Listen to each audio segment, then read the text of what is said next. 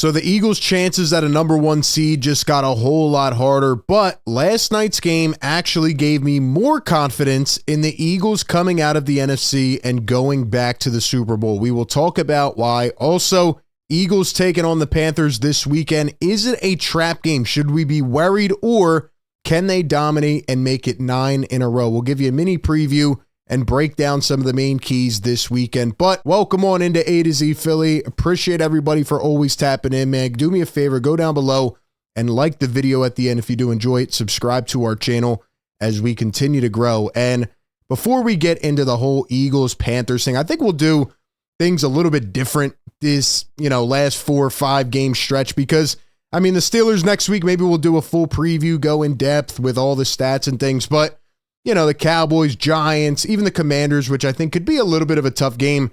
Eagles just have to do the same thing in all of these games. Come out, know the team that they are, dominate like they have, and don't fall into the trap. Really, they're the better team in these final 5 matchups. They will be favored. And right now they're playing like the best team in the NFL. And actually, a question of the day for the people out there, let me know your thoughts down below. Are the Eagles going to run the table?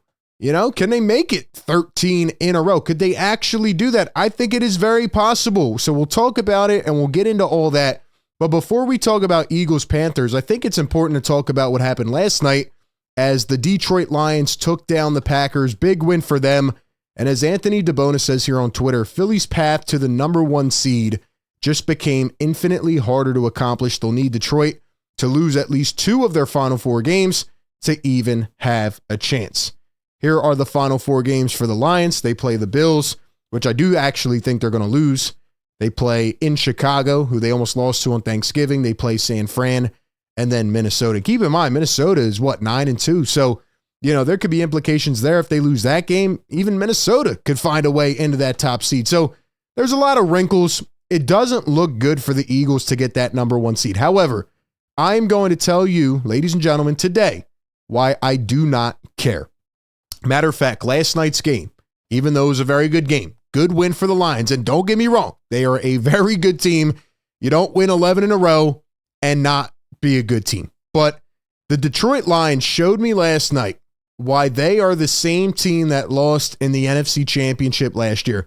Here is a screenshot from the game with 43 seconds to go. The game was tied 31-31. It was 4th and inches, right? And you're in opposing territory. You have a chance to kick the field goal.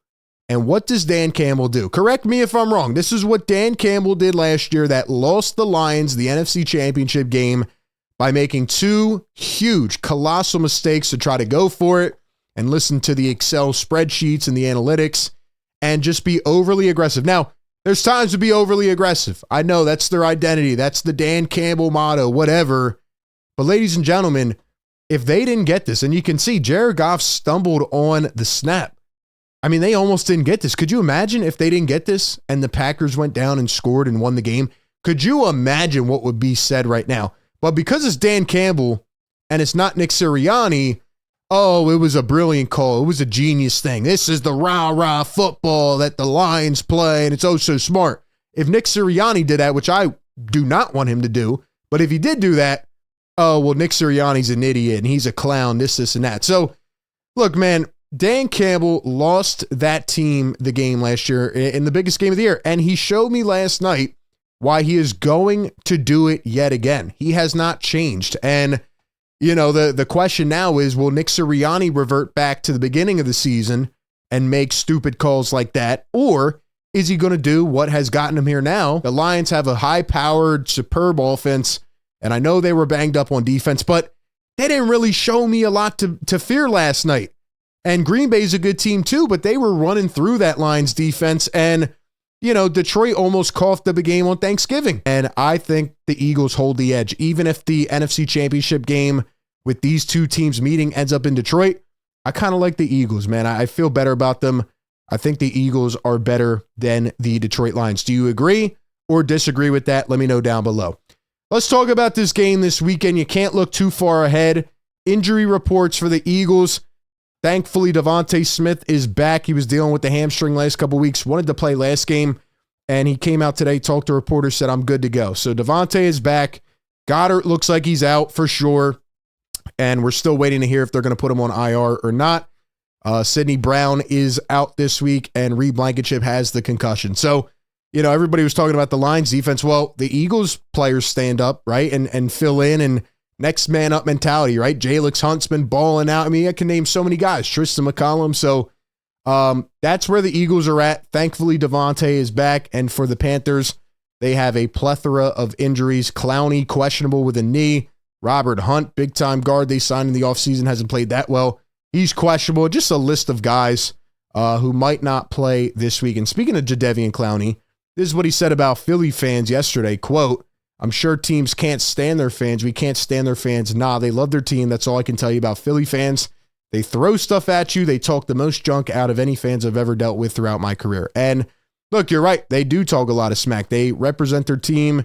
They have their guys' backs. And, Jadeveon Clowney's a monster on the field, but I don't want to hear this from you, man. Honestly, respectfully, shut up.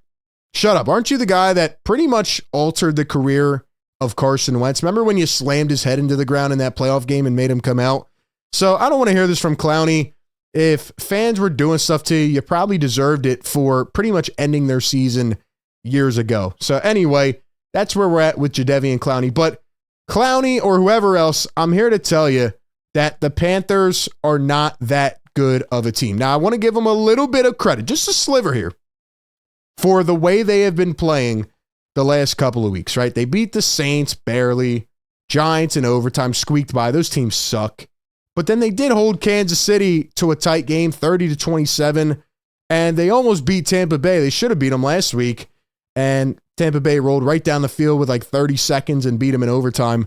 Panthers have been playing more inspired ball. So could this be a trap game? I guess, sure, but I don't really believe in that. I believe in the more dominant team coming out, staying focused, and I think that's a huge key about this Eagles team. They haven't talked about Super Bowl or NFC Championship or nothing.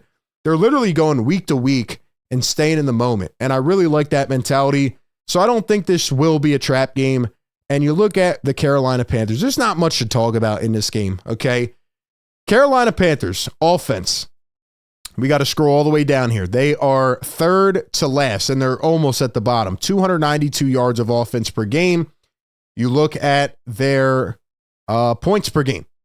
Carolina Panthers, all the way at the bottom, third to last, averaging 18.1 points per game. On the other side of things, and this is my first and main key, feed Saquon, feed Saquon, feed Saquon. This is going to be another Saquon masterclass. Right now he's at $14.99. Can he beat Shady's record this week? I think he does, and I think he goes for about 150, 170, depending on what the score is. But the Eagles defense, number one in the league. Carolina Panthers, second worst, giving up 392 yards per game. Yes, a lot of that is front-loaded from the way they played in the beginning of the season. Give Bryce Young credit for bouncing back after being benched early, coming back. He's seeing the field better. He's getting into more of a groove, but they're still not that good, okay? And then let's look at rushing yards per game given up. You guessed it. Who's last in the NFL? It is the Carolina Panthers. 166.8 yards per game on the ground. Can you imagine what Saquon's going to do? The only reason I'm saying he goes for 150, 170 is because I think the Eagles are going to be up by 20 plus in the fourth quarter, and I think he'll come out. But realistically, he could probably run for 250 in this game. I mean, the Carolina Panthers on both sides are just not that good of a team. We look at points given up per game, worst in the NFL, 30.5. Eagles are going to run through this team. And my pretty much only main key, like I said, is feed Saquon. I mean, he's going to go off this game. Don't ask your quarterback to go over the board and do too much. I know people have been complaining about Jalen, which is absurd. Jalen's been playing really good, dialed-in football. Everybody is, right? Now you get DeVonta Smith back. You get A.J. Brown back. Carolina Panthers also suck against the pass. So these guys can have 100-yard days. I mean, whoever the ball goes to, it's going to go to, and they're going to have a big-time day. My second and main key is to put a stop on Chuba Hubbard.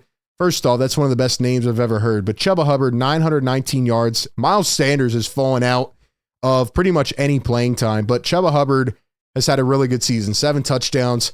Don't let him get a couple of those big runs early. But then again, at the same time, Eagles defense has started off slow, and then they just lock in. So That's my other key. Stop Chuba Hubbard, make them one-dimensional, and you'll be able to get to Bryce Young. He's probably not going to look that good on Sunday afternoon. And lastly, I guess if I had to throw in a third key, it would be don't let this become a trap game. Go out, maybe finally dominate in the first half and rest in the second half rather than having to be, fourth quarter heroes all the time. But nonetheless, I think the Philadelphia Eagles get it done pretty handily in this game. I'm going to take the Birds 37-13 in this football game. I think they go out there from start to finish and just take care of business, simply put, and they make it 9 straight wins to advance to 11-2. Give me your thoughts and predictions down below. As always, appreciate everybody for tapping in. Be sure to like, comment, and subscribe. That being said, I'll catch you on the next one. On BetMGM Casino, there are so many jackpots that you never know when one will go. So many jackpots. So many jackpots.